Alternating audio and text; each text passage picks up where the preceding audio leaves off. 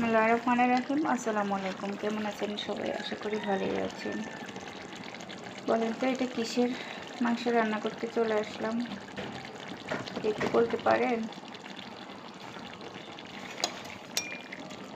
মাংসটা ভালো করে কষাই নিলাম। এখন ছোট ছোট পিস করে 2টা আলু দিয়ে দিলাম, কারণ একটু আলু দিলে মাংসটাতে এত বেশি তেল, তার জন্য ভাবছিলাম যে আলু দিলে আলুতে অর্ধেক তেলটা নিয়ে যাবে আর মাংসটা হয়তো খেতে একটু ভালোই লাগবে। আর বেশি তেল হইলে আমার কেন জানি ভালো লাগে না। আর মাংস এত বেশি চর্বি ছিল।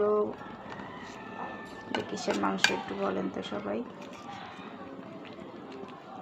এই তো আসলে জীবনে একটা কথা, আপনি জানলে করবেন বেশি, সে আপনাকে সবচেয়ে বেশি ঠকাবে। আর এটা হয়তো আমার সাথে হয় বা আপনার সাথে হয়, যার সাথে হয় না কেন সে বুঝে। আর সে আপনাকে ঠকাবেও বেশি, এবং কি সে আপনার থেকে সবসময় বিনা খরচে সব কিছু পাওয়ার আশা করবে।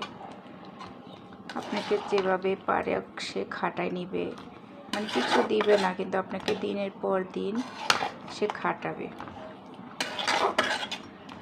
এরকম মানুষের সংখ্যা আমার মনে হয় পৃথিবীতে সবচেয়ে বেশি। আর ভালো মানুষের সংখ্যা হয়েছে সবচেয়ে বেশি। আর যারা কাউকে বিনা খরচে ঠকায় বা কাউকে নিয়ে বিনা খরচে খাটায়, তার সংখ্যাটা একটু বেশি। আমি আমার অভিজ্ঞতা থেকে বললাম, হয়তো ভুল ত্রুটিও হইতে পারে, জানি না। তো সবাই ক্ষমা দৃষ্টিতে দেখবেন যদি ভুল ত্রুটি হয়। এটা কিসের মাংস সেটাও আমাকে একটু সবাই কমেন্ট করে জানাবেন।